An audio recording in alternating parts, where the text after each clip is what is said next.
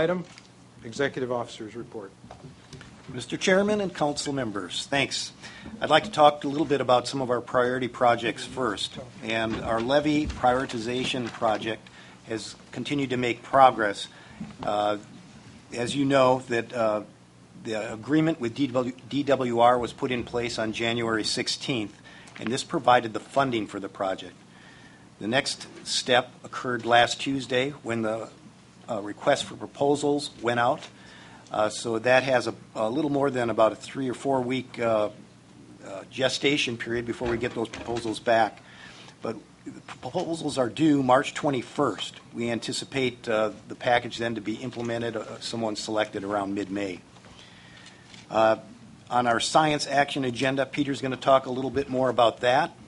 Our Delta Plan Implementation Committee, Taran will be up and give you a brief update on that, although we heard from the chairman a little bit on some of the progress that's already been made with that regard. And with respect to emergency preparedness and response, today's panel is going to discuss several key changes in the Federal Disaster Flood Assistance Program and the National Flood Insurance Program. And that's directly related to what we'll be dealing with emergency preparedness and response. Also at the March Council meeting, staff is planning for DWR to provide an update on the Emergency Facilities Improvement Project that was discussed in the October 2013 meeting. On the drought side of things, as most of you are aware, the Bureau of Reclamation and the Department of Water Resources has returned a zero allocation for agricultural users south of the Delta. This is in reflect to the very serious drought that we're in right now, but should we get sufficient rain, those may be adjusted in the future. But for now, it's a very serious situation. Last week, Governor Brown, Senate Pro Tem Darrell Steinberg, and Assembly Speaker Perez announced emergency drought legislation aimed at funding shovel-ready projects and providing emergency assistance to drought-affected communities. Some of the things specifically that they're funding are $540 million for infrastructure grants to increase stormwater capture and the use of recycled water, improve management of groundwater storage, and strengthen water conservation.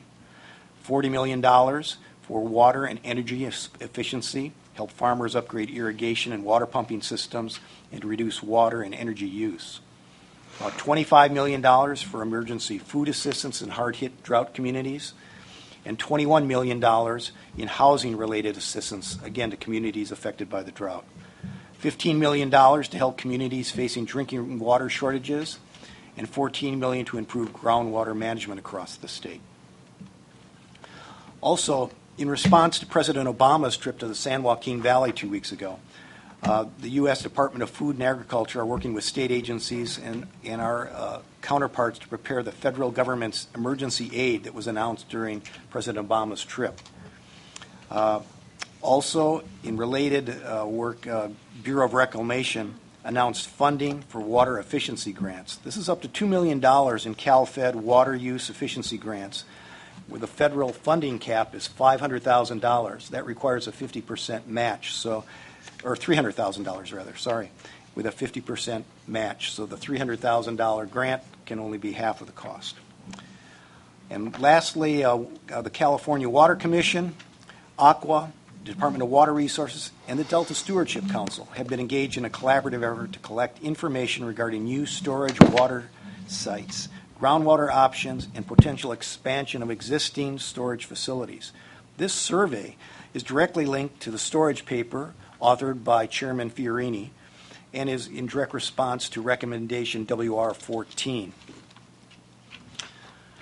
That report is expected to be released today. Another item on internal administration of the organization, the Financial Integrity and State Managers Accountability Act requires heads of state agencies to establish and maintain a system of internal accounting and administrative control within our agency. We submitted that report, and just yesterday I received notice from the Department of Finance that report has been accepted, and the report shows that we are in compliance. One other thing internally, we've been talking about consolidating the science program, which is currently located on the 14th floor of our building, with the rest of the organization on the 15th floor. That's scheduled to begin perhaps as soon as next week, with office set up around the end of April and move in sometime in May.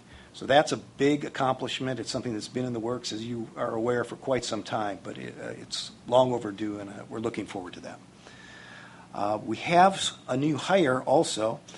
Sandra Hamlat is the associate planner, and Sandra is in the audience. Hi, Sandra. And before coming to the Stewardship Council, Sandra served as program director for the Oakland Climate Action Coalition and previously worked as a senior climate change and sustainability planner for the consulting firm PMC. She has also worked for the state of California at the San Francisco Bay Conservation and Development Commission and Baldwin Hills Conservancy in Los Angeles.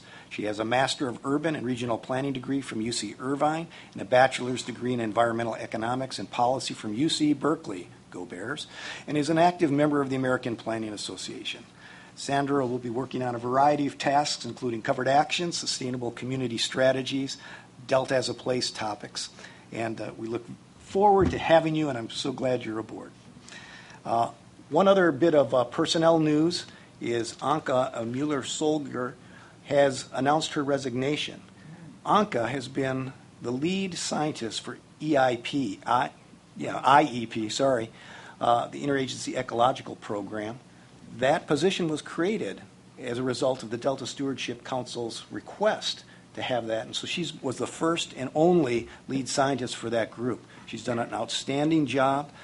She's been a long-term employee, and she is going to be missed.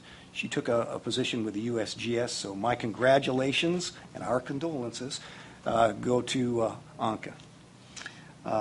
Next, we're going to just briefly get an update on the Delta Plan Interagency Implementation Committee. So, Taryn, if you would come up.